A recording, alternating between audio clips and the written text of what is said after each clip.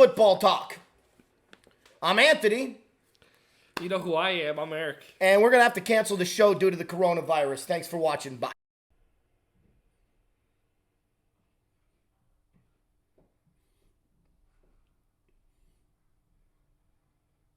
Guys. All right. Really quick, I want to go over some corona numbers. This is recently. I'm just going to wrap this up with how stupid the population of the world is.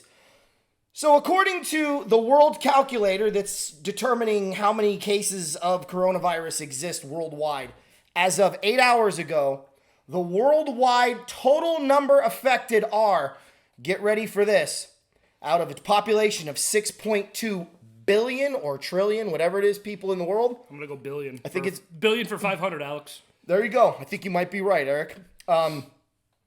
Ready? 134,560. There are more people in the city of Gilbert than the entire population worldwide affected. But 4,972 sadly have died from the virus. So, 3.5% of those who get the virus do die. That is less than 5% of those infected. Now, when you take the world population, you have a less than 6,000th of 1% of a chance of dying from coronavirus. But so, wait, hold on. You're saying there's still a chance. Saying there's still a chance, Eric. And as far as just getting this flu, that's right, I'm calling it a flu, Eric, for 2,500. You have 0.018% chance of getting this flu. That is less than 1% of the population. So, NBA, NHL, MLS, MLB, good job on canceling due to concerns of the coronavirus.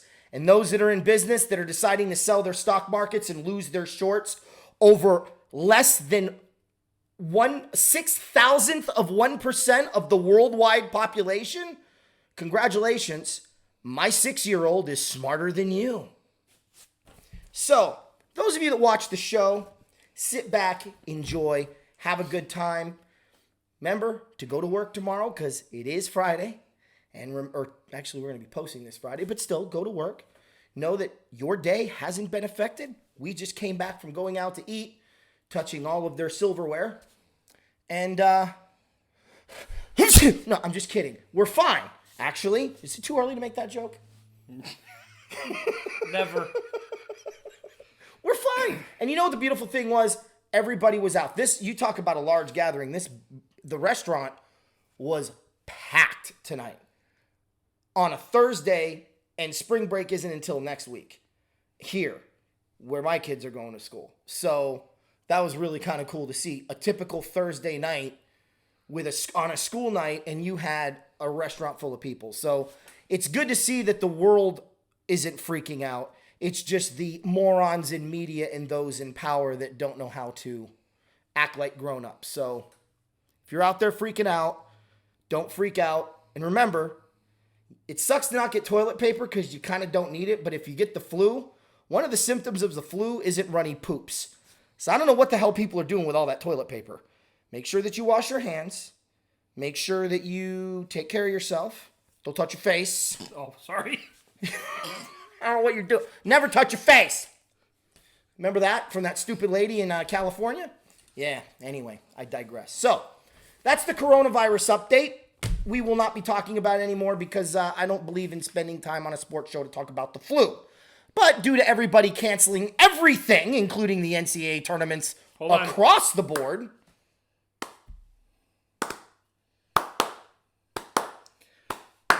Golf did not cancel. Yeah, but nobody watches golf, so they don't have to worry about anybody populating the problem. Anyway, well, I mean... It's not the senior tour, though. Well, and not only that, but did they keep Tiger at least away from the ladies and the... Can't get to the ladies if there's no fans. But they are in the clubhouse, so you just got to be careful with that, Tiger. All right. Again, too soon? I'm just saying. All right. So here's what we got for you on the docket, all kidding aside. We are going to talk about top 5 Ram rivalries in Ram history, and Eric is going to cover the top 5 Bear rivalries in Bear history. we'll see how it all measures up. Stay tuned. We'll be back in a flash. So I'm going to go first with number 5 for the Rams. I've been thinking about this a lot over really since the season. And what would my number 5 actually look like? And I base this off of 3 basic graphics. One, all-time series record doesn't matter as much to me as the marquee games. Is there a game that has historical reference? And then is there a memory for me within the rivalry of the game that sits? And then just the overall rivalry's history. So there's a lot of games that I could put into this capsule. And some of these moments were before I was even born.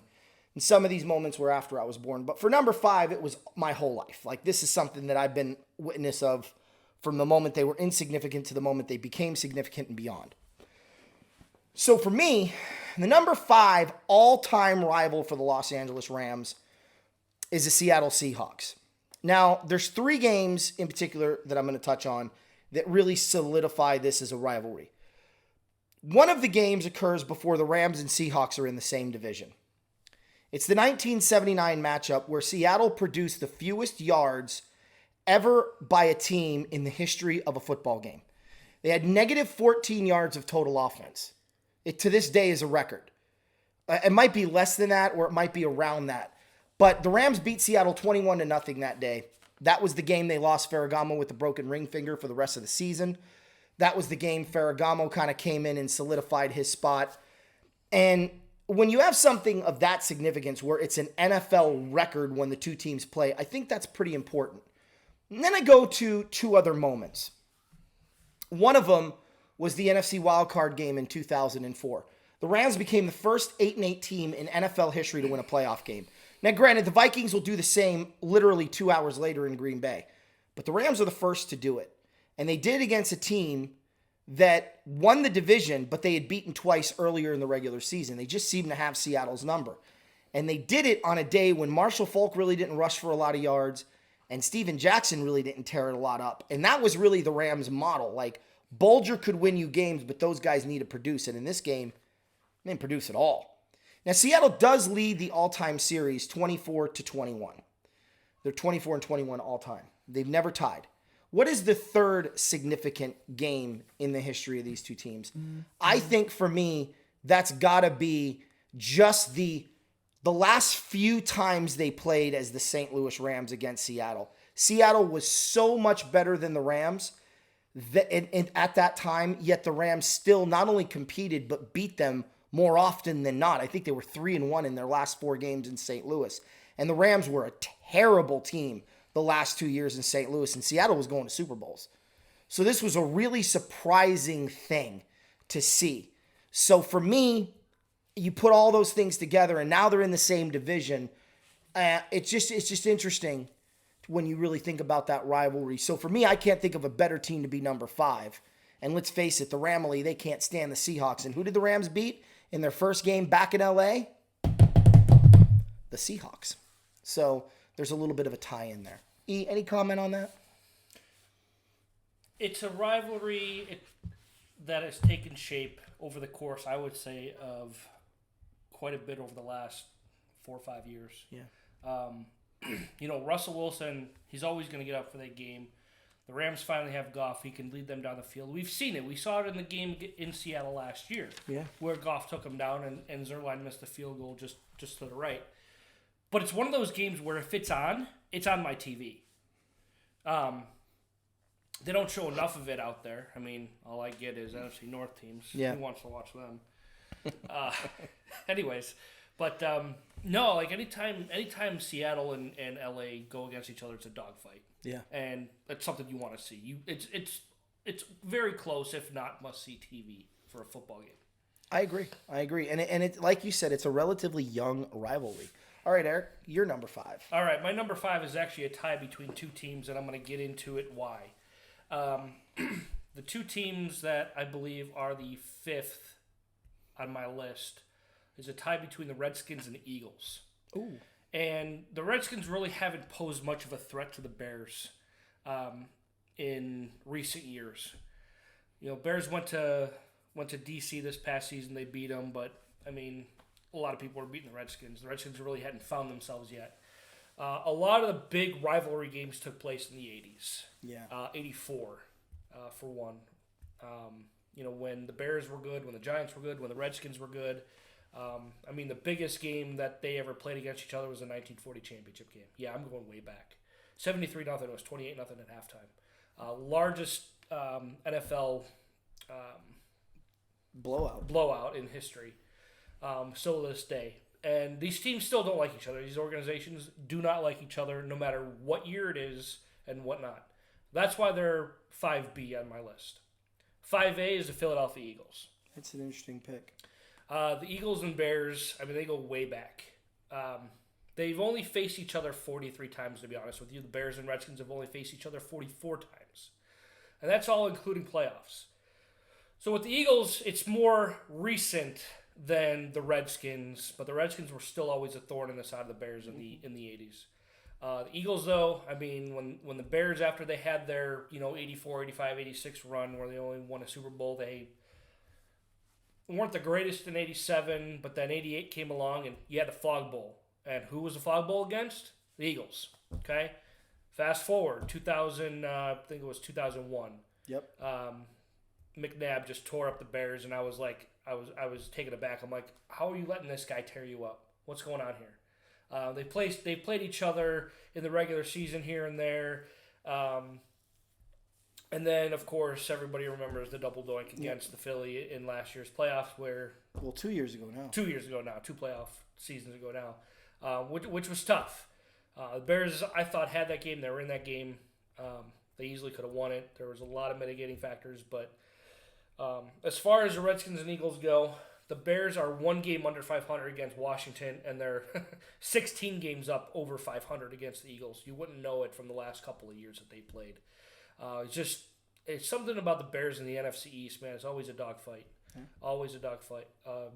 And what's funny is, naming those two teams, there are other teams that the Bears have played more than 90 times, okay, that aren't their biggest rival, that aren't even in a top 5 rival. Yeah. It's an interesting factor, but it is true. Yeah. I mean, I think the game I'm going to bring up, the Rams and their number 4 team, they've only played a total of, 60 times? Not even? 59 times? Something like that? I don't know. You do the math. 17 and 27 and 2. That's 44. 46. 46 times. That's it. That's the amount of times the Rams have played this team. But I'll tell you, of those 46 games, I can tell you 5 of them were about as big as they get. Maybe even 6. And unfortunately, like the Seahawks, the Rams aren't winning this series. And I can't even blame the St. Louis days on this. The Rams are 17, 27, and 2 all time against the Minnesota Vikings. But I know right now Cliff is like, yes, thank you. I agree. Maybe they're too low on this list for Cliff. But I'm telling you why the Vikings are on this list. The Rams are 17, 27, and 2 all time against the Minnesota Vikings. They have played each other in the playoffs in 1969, in 1974, 1976, 1977, 1978, 1988, and 1999. That's 6 times of the 46 times they've met, they played in the postseason. And to give you a little more flavor on this, in 1974, the Rams played the Vikings in Minnesota in the regular season and beat them 20-17, and that was in LA. Then they went to Minnesota, and that was the 4th and 1 game where they decided to go for it on 4th and 1. And actually, that's the game they decided to go for a field goal on 4th and 1, and it got blocked and returned 90 yards for a touchdown by Bryant. Nope, I was right the first time. The Rams went for it on 4th down, didn't get it. That was the game Harrah was called for false start, and I still can't find the false start when I go back and look at the film. The Rams had 4th and goal first and goal from the fart line. That means, and it's a touchdown, right? Oh, he scored. They had 212-pound Jackie Harris at quarterback, 231-pound fullback in Cullen Bryant, and a 212-pound tailback in Lawrence McCutcheon. And their two guards and their center were over 280 at that time. There was no doubt the Rams were going to plow their way into the end zone from this far away, right? But they call the false start. I still can't find it. The Rams end up getting 4 yards on first down. Then they go wide and get 1 yard. Then they throw it and it's incomplete and it's fourth down from the 1. And they go for it and don't get it and the Vikings win 14-10. In my opinion, that's the most significant game in Ram-Viking history. Because if the Rams win that game, they're 1-0 in conference championship games in the Super Bowl era. They're going to the Super Bowl against a Viking team or against a Steeler team that wasn't very good offensively. And that would have been a game I think the Rams would have won in the Super Bowl. And the Steeler dynasty never happens. Who knows? Maybe the Rams become a dynasty. But at the very least, the Vikings don't go to 4 Super Bowls and the Rams are going to have an extra win. And they would have played Pittsburgh twice in the Super Bowl just like Dallas. But unlike Dallas, they would have beat them at least once. It's my personal opinion. There's no way to know how that would actually unfold. The following year in 76, they go to Minnesota in week 2 and they tie 10-10. Then they play them in Minnesota again. And they have 4th and goal from the 1 again in 76. This time they kick the field goal. It's blocked, turn for a touchdown. And the Vikings win that one 24-13. The Rams also beat Minnesota in 99 in their Super Bowl run. That was the game they won 49-37, and the longest 2 minutes of my life proceeded from there. This is a rivalry that I don't care who you are in the world. When you find out the Rams are playing the Vikings, you want to watch it just because it's such an interesting matchup. But when you actually know the history, I mean, this is bigger than the Patriots and Steelers. This is as big as the Raiders and Steelers. And this is every bit as big as, the Chiefs and Vikings. Or the Chiefs and Raiders, rather. This is a huge rivalry. And I wish I could say I like playing the Vikings, but I'd rather play Dallas in the playoffs than Minnesota any day, all day. But the Vikings definitely have the edge in the series by 10 games. And we'll see how that changes over the next couple of weeks, or the next couple of years. But there you have it. Vikings are number 4 in the all-time series, all-time Ram rivalries in my book. Your take on that? Number 4. Oh, my take. Just beat the Vikings. That's it. Just beat the Vikings. We haven't done a good job of that, Eric. Hey, we beat them 4 times. We beat them 4 games in a row. What's your problem? I don't know. We beat them once in a row. That's it. Just beat the Vikings. All right, number 4 on the Bears list. I'm going to stay in the NFC East. Yes, the New York Football Giants. Ooh, that makes sense, though. The Bears have an 8-game lead in the series. They've played 52 times. And, again, a lot of it stems from the 80s. The Giants, they were going in... A lot of that stems from the 30s, doesn't it? Yeah, they've met each other quite a bit, but then there was also a little bit of a hiatus when they played. There wasn't always they were playing the Giants, but yeah, there were the early years, Bears and Giants trading off NFL championships. But also, again, the 80s, just like the Redskins. When it was if it wasn't the Bears, it was the Redskins. If it wasn't the Redskins, it was the Giants. If it wasn't the Giants, well, it was the 49ers. Yeah. There was always somebody there in the thorn of the Bears side. Also, like one of the first night games I ever went to, Monday Night Football games I ever went to, was Bears-Giants at home. 87?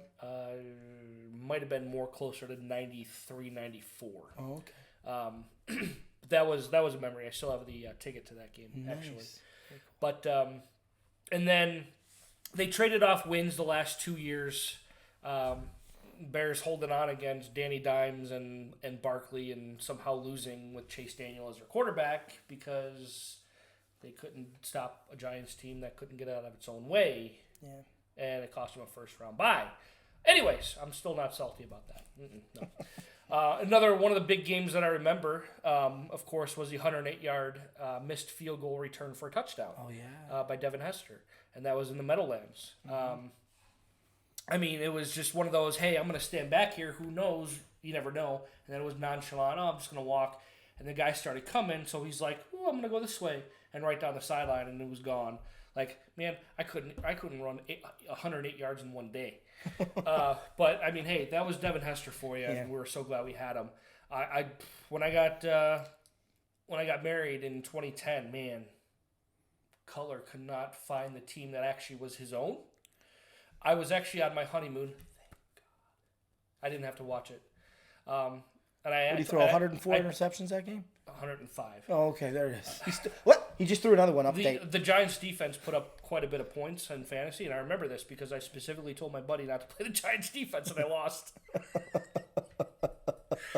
But I mean, it's one of those series where it just flips every other game you win, and you know that's what makes it a rivalry. Because even though when you're not at the top of your game and they're not at the top of their game, I mean, you're still playing like your life depends on it. Yeah, it's like a big game. It's like one of those where, you know, and it doesn't matter. Yeah, it really doesn't matter. It doesn't matter if one team is 16-0, the other or 15-0, the other team's 0-15. It's going to be a good game. Or they're 8-8, or they're 11-3 and 3-11. It doesn't matter. Yeah. The Giants are going to give the Bears a fight. The Bears may give the Giants a fight. You know, when I think of the Bears Giants, I think of 85, the whiff. 85. Yeah. I think of McMichael's last game when the Bears just got annihilated in New York in the divisional game 31-3. And I remember thinking the Bears were going to play well because they'd beaten the Saints team, albeit New Orleans was 8-8 in 1990, but I thought that the Bears had played so soundly on defense in that game, and I felt like they had more not at quarterback, but I felt like they had more of an overall team in 88 or in 90 than the Giants had, even though they were 8-8 on offense, especially with Phil Simms being out of the equation. But man, Jeff Hostetler lit up the Bears defense that day and went on to win. But when I think Bears Giants, even though I wasn't obviously alive because I'm not that old, I want to see before I die. And this is how you know it's a great rivalry outside of the fan base. Before I die, I want to see a Bears-Giants NFC Championship game. I need that in my life before I die. I need that in my collection, and I'll be buried with it in a few other games, I guess, because I don't know that my kids want this collection when I'm done, but I need that before I die. That is too important for me in my fandom, and that is probably the biggest compliment I can give to any Bear fan or Giant fan for that matter. Funny thing is when you mention when in 90 when the Bears lost 31-3, in the 80s and early 90s when the Bears lost, they lost big. It's like, hey, the Bears lost 28-3. What was the score? Bears lost. Just don't worry about it. To finish up with the Vikings really quick, the Rams are 2-5 all time in the playoffs against Minnesota. I literally know both times we won. 1978, before I was born, and then the only time the Rams have beaten the Vikings in the postseason since then was 99. I had mentioned that. So let's go to a team where it's a little better. So the number 3 rivalry of all time for the Los Angeles Rams, to me, it's not even a question. And again, it may be a little low on this list. I could see somebody putting it at number 2, maybe even number 1, but it's the Rams and Cowboys. All time, the Rams are 17-18-0 against the Dallas Cowboys. And you're like, damn, bro, you haven't beaten any of these teams yet. You're 0-3 against three of your top 5 rivalries. But we're 5-4 in the playoffs against the Dallas Cowboys. And in the postseason, we're 1-1 in wild card play. We're 3-1 in the divisional playoff. Actually, we're 4-1 now in the divisional playoff game, and we're 0-2 in the conference championship game against Dallas. We lost in 75 and 78. But we split with them. We beat them in 83, and we lost to them in 80 in the wild card. But we've owned them in the divisional round. The only time we've ever lost to Dallas in an NFC divisional playoff game, I believe, was 1973. The first of the 7-year run that the Rams had with the division title. And that was BS because the Rams were 12-2 and had to go to 11-3 or 10-4 Dallas because the way the playoffs were structured, the East and the West alternated every year who would go to who in the playoffs. I know it was the dumbest thing ever. They didn't do it off a record. Who farted face? Yeah, right? Who does that? I don't know, but that was the 73 the year before. Undefeated Miami had to go to Pittsburgh in the AFC Championship game. Do you know that?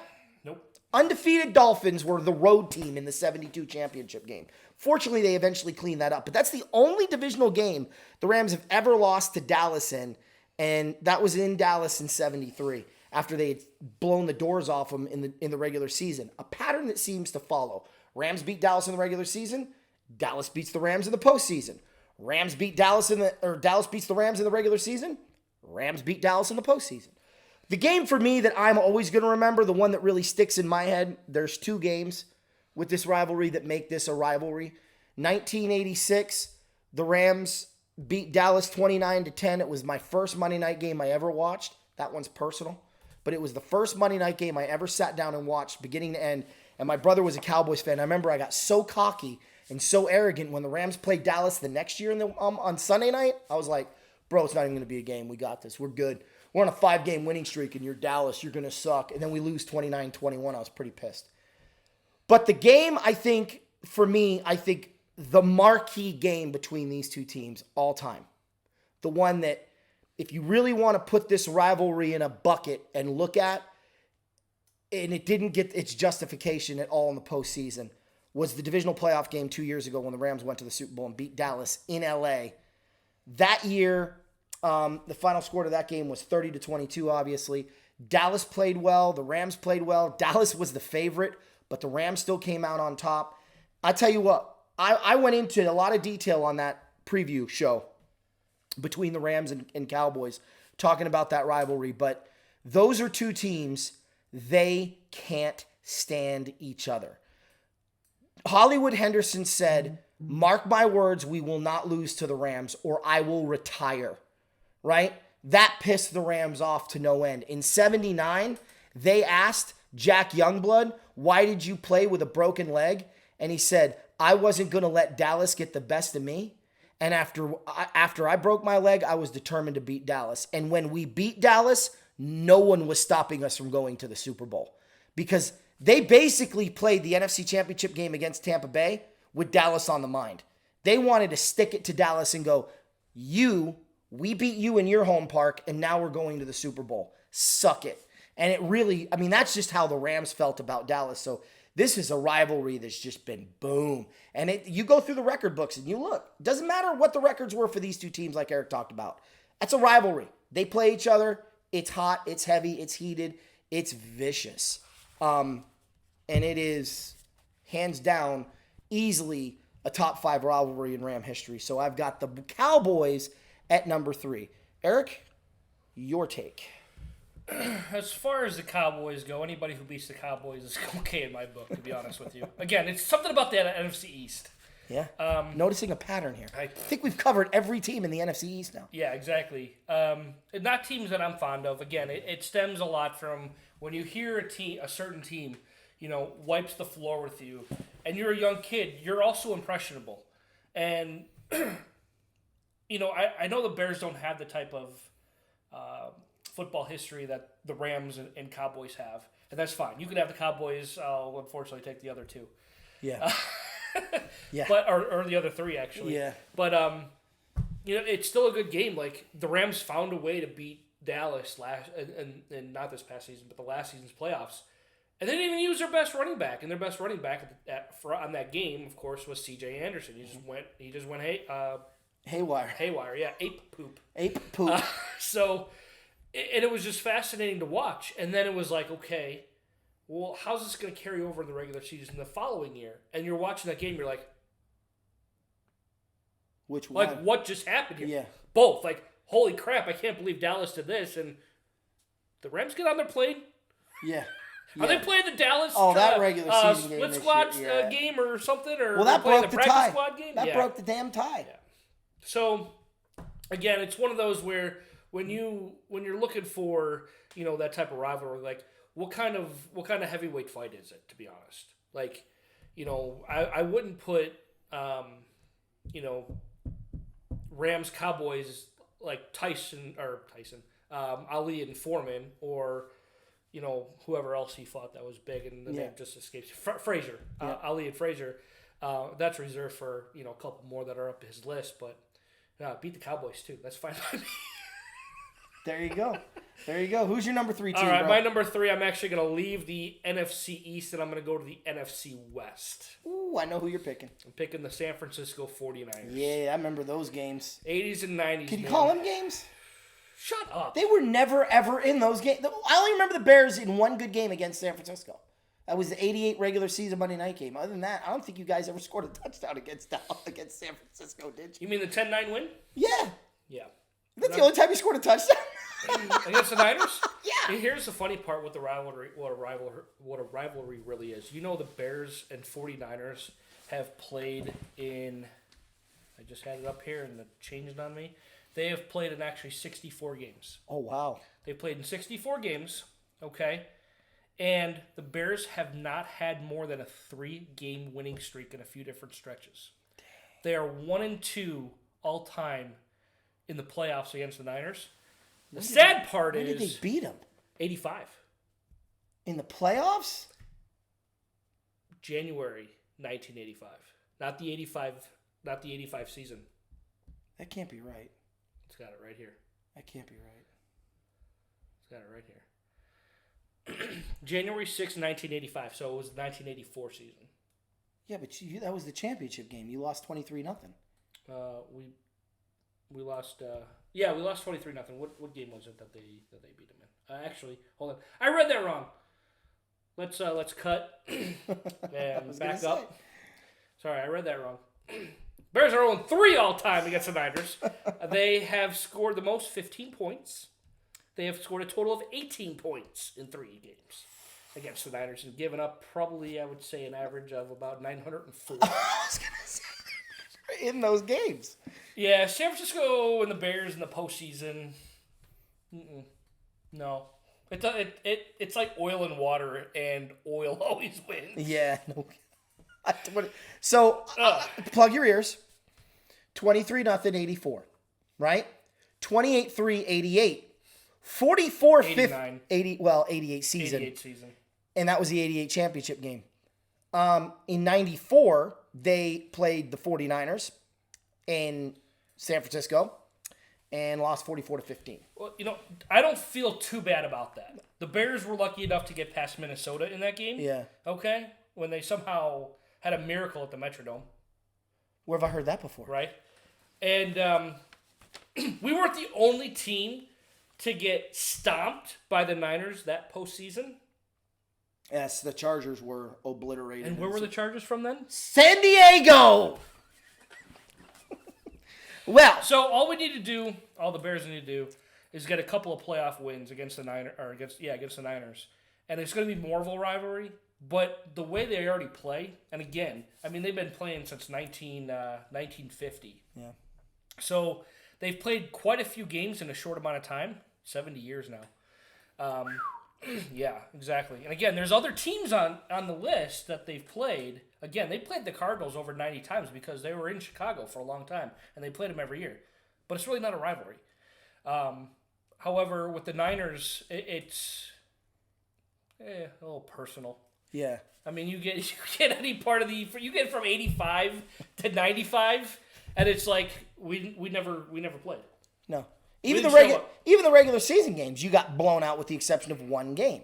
What was the score in 86 against San Francisco or not 86, but 87? It was like 41-0. 41-0.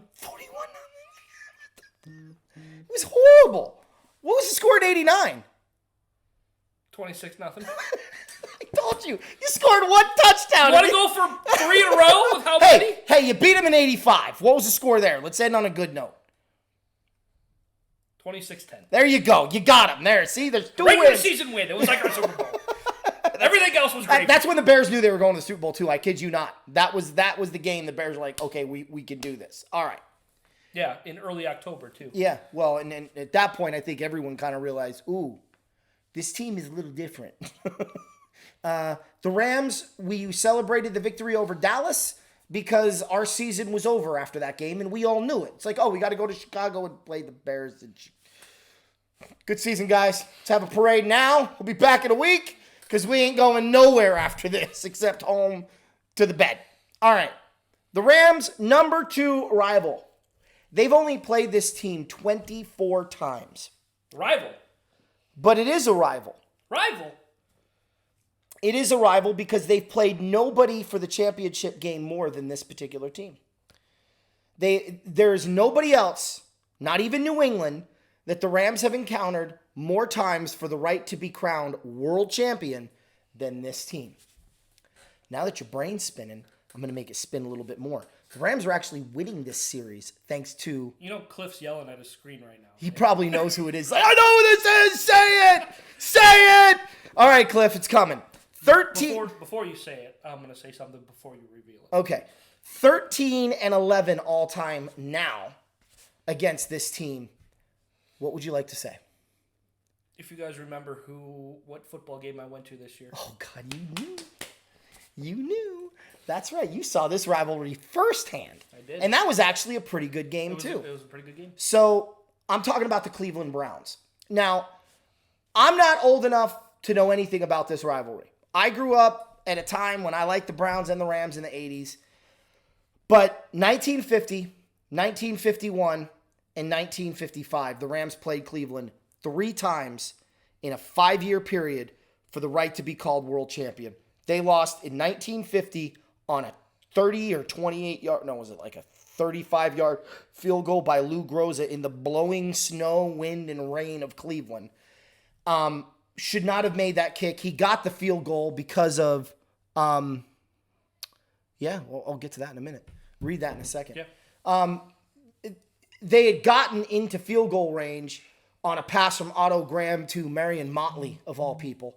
And then the Rams had a false start on Cleveland's first field goal attempt. A lot of people don't realize this. The Browns didn't even kick it. Groza refused. When the whistle blew, he just turned his back away and walked away, waiting for the penalty to be deciphered from. How many kickers do we see today make that kick? Everyone, right? We always see when the whistle blows, they get that practice kick in. And I remember when the Bears played the Philadelphia Eagles in the playoffs. I remember going, he's going to miss it now. Because he kicked it. The penalty blew. He kicked the field goal. It was good. Everyone went nuts. And I'm like, he just missed. He just kicked his only good kick through the upright. If you hear the whistle, I would seriously kick it into my lineman. Sorry! My bad. Miss it on purpose. Do something. I don't know. Maybe that gets in your head psychologically. But Groza didn't kick it. And then he lines up 5 yards closer and boots an unbelievable kick to win it 30-28. Now, the next year, the Rams play Cleveland in L.A. So the Rams were originally the Cleveland Browns. Then they play the Cleveland Browns in the first championship game as the L.A. Rams, and they're playing Cleveland in Cleveland, which is ironic. Right? What? Oh, I'm already talking about that? No, you said the Rams were the Cleveland Browns before the Rams. I'm sorry, they were originally the Cleveland Rams. And then they moved to L.A. in Like, how did that work? Yeah, right? So, but what was really interesting about 51 is the similarities to 99. The Rams weren't the best team. I think they were 8-4, 9-4 that year, but they had the playoffs. They get to the Super Bowl or the championship game back then. And how do they win the game? A 74-yard touchdown pass with 1:51 on the clock to Tom Fears. How did the Rams win the Super Bowl 34? With 2 minutes to go, they hit Isaac Bruce on a 74-yard touchdown pass. And the Rams would go on to win 23-16. Well, they won this one 24-17. Then in 55, it was Otto Graham's official last game, and the Browns wiped the floor with LA 38-14, and that was ball game. But ever since then, there's been always something, oh, the Rams are playing Cleveland. I got to see it. I want to see it. I know the history. This is so cool. And if the NFL ever does decide to capture that and get on the coattails of this rivalry, I think you could see an AFC, NFC rival really blossom into something like Dallas and Pittsburgh. And I would argue LA and Cleveland is a little bit more potent than Dallas and Pittsburgh because they're both 1-2 against each other all time in the biggest game that there was at the time. But the Rams have that whole Cleveland tie-in as well. There's no other relationship between Dallas and Pittsburgh. But LA has a secondary relationship in the fact that the Rams came from Cleveland. Go ahead. Yeah, so I had the luxury of when I went to Cleveland back in September, the day before I went to this, Ram-Brown game, I went to a historical site. It was called League Park. I'm a big baseball history guy. And so I wanted to go to League Park. I knew the Cleveland Indians played there before they got to Municipal Stadium and then left Muni Stadium for Progressive Field where they play now. And so I'm going through this historical museum, and it's got 98% of it is baseball. And I happened to come across League Park as a football stadium. I was like, oh, well, I'm going to take a picture of this. And so in Cleveland history at League Park, 28,000 fans was the first sellout of a professional football game. What year was that? It doesn't say, unfortunately. I think that was when it was the Rams. That might have been in 45. That I don't know, but they say that that professional football Cleveland Rams played at League Park from October 1936. So, I mean, the Rams obviously have a long history, a very well drawn out history, even though it goes to 3 different cities. It doesn't matter. That history still goes with you, unless you're Baltimore. So it was just fascinating to me. Like there were the Rams there. Football must have really taken off after the Rams left Cleveland, and they're like, we need another team here, so let's bring in the Browns. Yeah. And so it was just another fascinating part of history that I saw while it happened to be his number 2 rivalry. Yeah, definitely. But I got a little bit of the rivalry. I mean, not much of the rivalry was talked about when I was there in Cleveland. But just doing your quick little research, I don't even know if half of Browns fans know where the Rams originated from, to be honest with you. Yeah. But it's cool. And that's the media's fault. That's the media's fault. That's a storyline. Every time those 2 teams play, that's a sub-storyline that matters. And it should be talked about. I agree. It's like the St. Louis Kansas City rivalry. I don't even think they know. I don't even know if their research tool goes that far back. Well, we all know it doesn't go past 2001. So, you're not wrong. No. Who's your number 2? All right, number 2. Unlike Anthony, I do not have an AFC team in my top 5 rivalries. That actually makes sense, though. I mean, there's not a lot of... Like, Cleveland was in your division, right? In the early 50s and 40s. Well, the 50s. Mm-hmm. The Colts, they were in the West, but the Bears were so bad back then. Yeah. So any relationship you might have had with an AFC team, and no offense, but there's not a lot of Super Bowl experience in your corner. So the... Thanks. Sorry. So the first AFC team actually is 6, 9, 10 is 11th on the list of all-time games played against the Bears, and that's the Colts at number like I said 11. But that's not even really a rivalry, if you ask me. But my number 2 rival for the Bears, must stay in division, is the Minnesota Vikings. I think more so than the Lions, even though we've played the Vikings 63 less times than Detroit. And say what you will about Detroit. I mean, they've been Portsmouth, however you want to call it. They've been different names, and so I wouldn't be surprised if that number is closer to 190 or 200 as far as how many times they played the Lions. But it just seems like the Bears always beat the Lions. And even this year. And actually, it's the all-time series against the Lions is 101 wins to 74 losses. Ooh, that's a blowout. It's a blowout. Hence why I can't put the Lions on my list. The Lions have only made the playoffs once or twice in my life. And what was that, 90 or 91? Yeah. With Scott Mitchell and Barry Sanders? Well, it wasn't Scott Mitchell, it was Eric Kramer. Kramer. But yeah, Scott Mitchell made it in 95 with Barry. There we go. Twice. 90, 91 and 95. However, it's the Minnesota Vikings. Now, when you go and look at the Bears and Vikings, I mean, the Vikings pretty much owned the Bears in the 70s. The Bears were much better. They had a great comeback against the Vikings in 85 to preserve their perfect record until they met Miami, of course. And then it was a lot of back and forth. And then in the 90s, when the 90s happened, the Bears shocked Minnesota in 94 in the 94 playoffs, or 94 season playoffs. Actually, I'm going to go to that game because I might actually be mistaken. No, you're right. But they also had a game, and I think if it was the playoff game where Ditka just lost his top, and that was because he told Harbaugh not to throw the ball, and Harbaugh threw it. Yeah, that would have been 94. That because you had Walsh that was your quarterback. However, they've only met one time in the playoffs. That was it. You're 1-0 against them, though. One time in the playoffs, and they've been playing every year, twice a year, since '61. So they have actually been playing the Niners a lot longer, but they play the Vikings a lot more because they're within their division. The Bears are on a 4-game winning streak against Minnesota, and the Bears haven't even had their best football team up against the Vikings. They're still 5 games under 500 against Minnesota, 55-60. Again, a lot of it stems from the 70s when we just got our butts kicked. But some, the playoff game in '94 was a good one to remember. I mean, that was great. That lasted all of about a day because then we're like, crap, got to face the Niners. And I was like, hey, you know what? Maybe we got a chance. And then the first quarter happened. It was like, no. There's no chance. There was no chance. Probably would have beat the Chargers in the playoffs, though. I think in the Super Bowl. I think you would have. It would have been closer. It would have been a lot closer. Yeah, we would have beat the Chargers in the playoffs. But you would have had beaten Dallas the next week. Cowboys.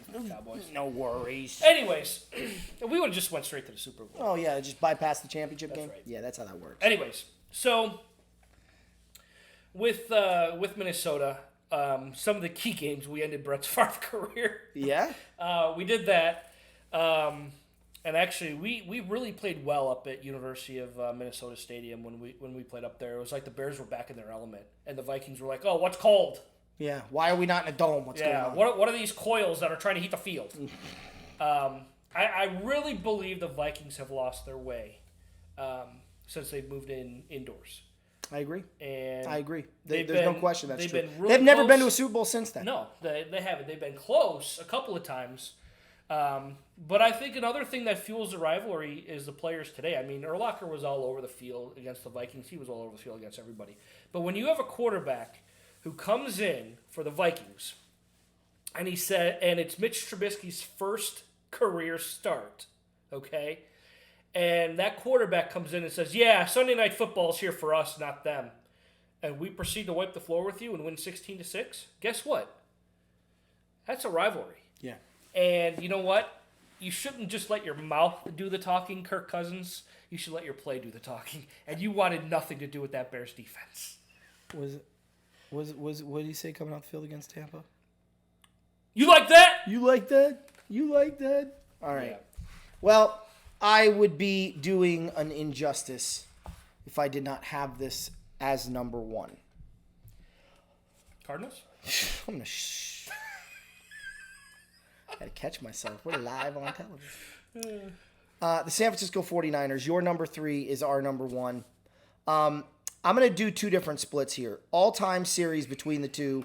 The Niners lead 71-65 and 3. They have a 4-game lead on us currently. However, as the LA Rams, we are 46 and 2 all time against San Francisco.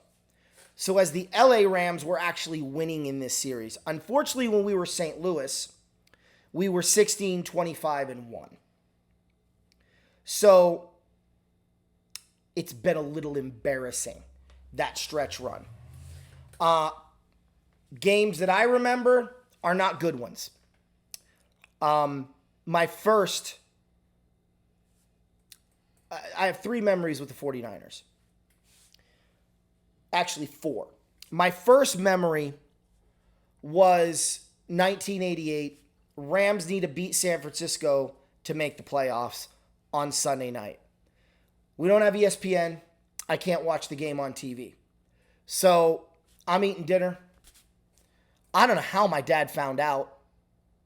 To this day, I don't know how my dad found out. But I remember my dad sitting at the dinner table saying, the Rams just beat San Francisco, you're going to the playoffs. And I was like, what? Are you serious? He's like, you guys killed them. It was 38-16. And I remember going nuts. I'm like, we're going to the playoffs. And then we lost to Minnesota. But that was my first memory. 1989, all 3 games are a cluster in one memory. The greatest football game I've ever seen was the Rams over San Francisco at Candlestick Park, 13-12. A goal line stand forcing the Niners to kick a field goal. A Roger Craig fumble that led to the Rams' game-winning drive to kick the field goal. I'll never forget it. John Taylor, 2 90-plus yard touchdown catches against the Rams to come back from 2, not 1, two 17-point deficits. They were down 17-0, and they were down 27-10. And the Niners came roaring back and beat the Rams 30-27. And then the championship game, which devastated me.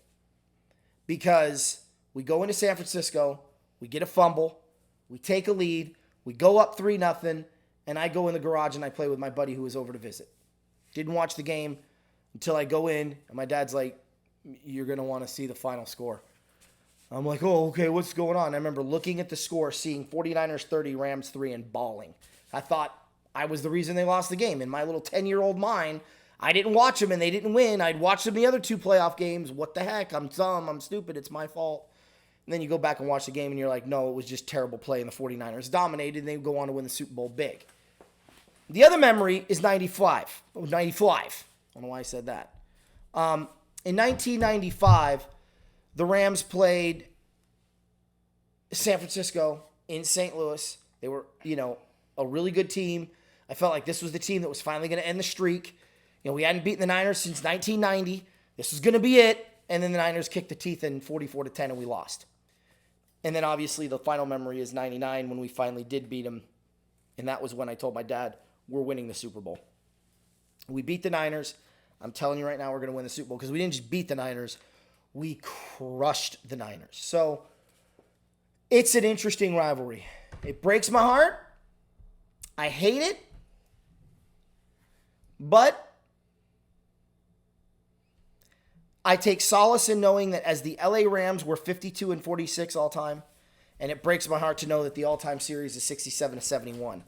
But it is only a 4-game lead, and the Niners did have a 17-game win streak there. But the Rams did have a period where they won 10 in a row. So let's not pretend like the Niners are the only one to have a long winning streak. But yeah, the 49ers and Rams have to be number one. And like your Vikings, and Green Bay. I'm sure Green Bay, you'll comment on this. Spoiler alert, I think Green Bay is going to be number one. You've only played them once in the postseason. And you lost that game too. So we're both 0-1 against our number one rival in postseason play. But mine stung a little bit more just because the other two games were so close that maybe it didn't sting more. You have to talk about that Bear one later. But that one stung because the Rams had beat them in Tokyo, beat them in San Francisco, should have beat them in LA. Twice that year, the Niners made me cry. I hate the 49ers. Can't stand them. That's one thing we agree on. Oh, my God. I'd rather watch Dallas win. And if the Patriots ever played the 49ers, I'd throw up for 4.5 hours and watch that. Watch commercials, turn the game off. No, I wouldn't even watch commercials because I'd be reminded of what I had to come back and watch. Yeah. I'm sorry, but I hate the Niners. But I respect the heck out of San Francisco as an organization. Take it away. All right. First of all, your take on that rivalry. It should be number one. Yeah. I mean, you've had some great quarterbacks come through. I mean, you've had Montana, Young, and then who knows who you've had for him. I'm kidding.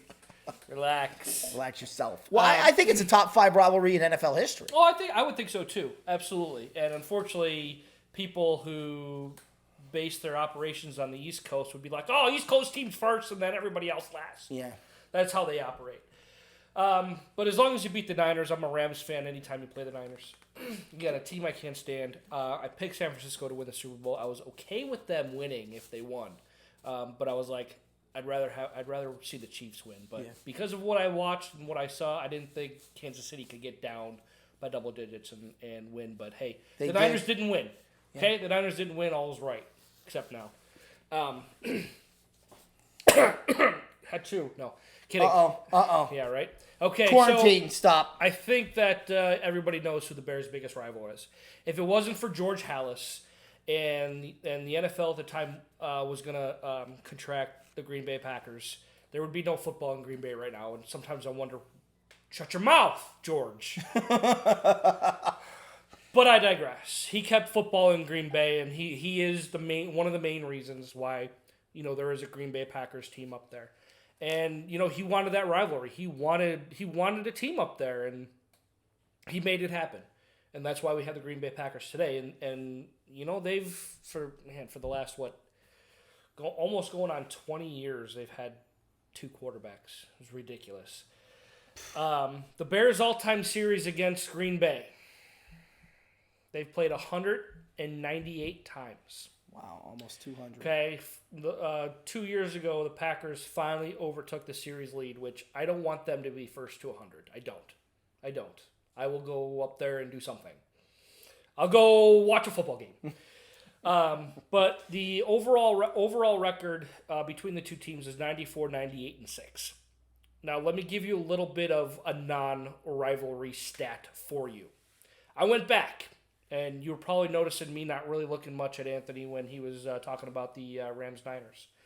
And I really wanted to know what the statistics were, what the records were. Before Brett Favre arrived in Green Bay, before their first game against each other, the Bears' overall record against Green Bay was 80, 56, and 6. Since Favre and Rodgers have taken over, the Bears are 14 and 42. Oh my God, is that even a rivalry anymore? Sorry, that was a little low. Damn, bro. On to the Lions. We can beat them. No, it's pretty much been one-sided. Yeah. There's not much else to say about this, that we've had about 2,000 more quarterbacks than Green Bay has. And Green Bay's had 2. Technically 4, if you count Matt Flynn lighting up a team for 6 touchdowns when Rodgers was out of game. I think it was the Patriots he lit up for 6 touchdowns. Yep. And then Brett Hundley, he somehow beat the Bears after a Bears bye week 2 years ago when Rodgers was injured. And it was like, what did you guys do for 2 weeks? Like, not prepared for Hundley. Are you looking at tape, film, whatever the hell you call it? It's tough. It's always tough when the Bears lose to Green Bay, because if you have any friends on the rival team, man, it's rough. It's rough. Oh, you beat us finally for the first time in 7 years? Shut up. I'll take what I can get. Now, like the Rams and Niners, the Bears and Packers have met one time in the playoffs, and that was a 2010 NFC Championship game. The game still stings because that was the fake knee injury. The Bears decided not to play hard in Week 17 and knock out their biggest rival. I'm like, Lovie Smith, what are you doing? Any chance you have to knock your biggest rival out of the playoffs, you take it. I don't care what seed you have. Yeah. And the Packers went on a run. They didn't knock out Green Bay. That was Green Bay's only, so far, Super Bowl with Aaron Rodgers. And the Bears could have been responsible for him having 0. Yeah. Okay? Not even a playoff appearance. Right. Well, not a playoff appearance, but even a Super Bowl appearance. He's been in the playoffs many times. Yeah, well, that's true. And that one thing. And then the NFC Championship game happens. And Cutler goes down. He looked like absolute garbage. And everybody's like, oh, he's riding a bike on the sideline. We don't really know what's going on. Sprained MCL. Yeah, if you move laterally, it hurts, whatever. Dude, you play football. I've known guys like Youngblood playing on a broken foot. Mm-hmm. Broken leg. Leg, foot, whatever it was. But, there's guys who are meant to play football, and there's guys who are made to look good in football uniforms. And our quarterback at that time, I believe, was made to look good in a football uniform. He didn't even excel at that. I do have some good news, though. After that game, Jay Cutler got a promotional gig where he was selling maxi pads. And then somehow, even though he had been there going into his he was on his 3rd season there, he somehow still conned the Bears into a contract extension. But their backup quarterback, and his name escapes me, I could easily go into it. He brought the Bears back. I mean, they still lost by a touchdown. He had a critical pick 6. But it was one of those where, man, you just had to live with it for 2 weeks, and you were praying. I know you weren't praying for Pittsburgh to beat the Packers. I was rooting for Green Bay. And I was like, nah. Of course you weren't. No, I can understand I wasn't. But another reason you probably hate them, they beat both your favorite teams in back-to-back playoff weeks. Don't remind me. I know, sorry, man. So they are the number one rival. So I'm going to say something here. I'm going to say this, and I don't think I'm out of bounds for saying it. I think the Rams and 49ers are a top 5 rivalry of all time. I would probably put them at number 4. I'd probably put them at number 4. I'd probably put Kansas City, Oakland at number 3. I'd put Dallas and Washington at number 2. But there's no question who number 1 is. Number 1 is Chicago, Green Bay. I don't care who you are. I don't care where you are in this world. When it comes to football, that's number 1, all-time rival. Chicago, Green Bay. Number 2, Dallas, Washington. Number 3, Kansas City, Oakland. Number 4, LA, San Francisco. And number 5 is a tough one. Who would your number 5 be? If they can ever start winning normally in the series, it's really one-sided right now, but man, they can't stand each other. New York, Philly? Pittsburgh, Cleveland.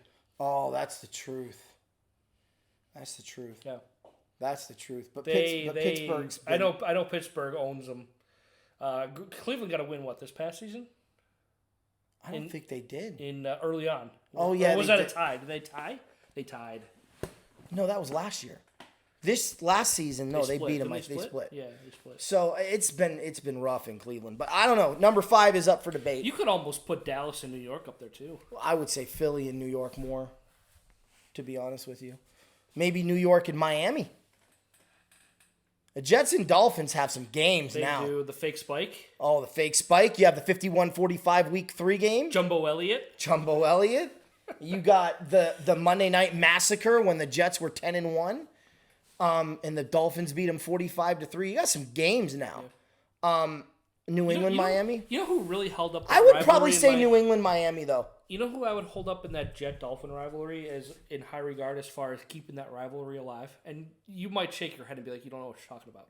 For the Jets, especially on the Jet side. Chad Pennington.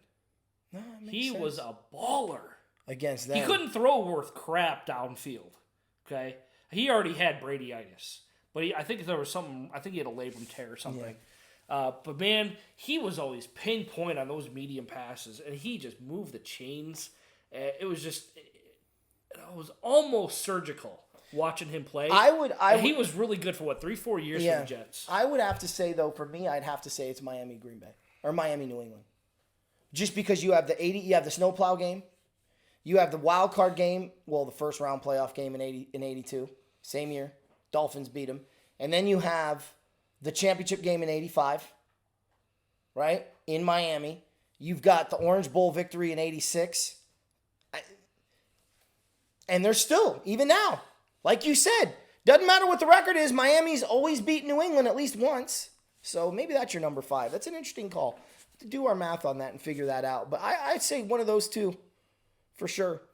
But I think Green Bay, Chicago is easily the number 1 rivalry of all time. But I take pride in saying the Rams are at least number 4, if not number 3.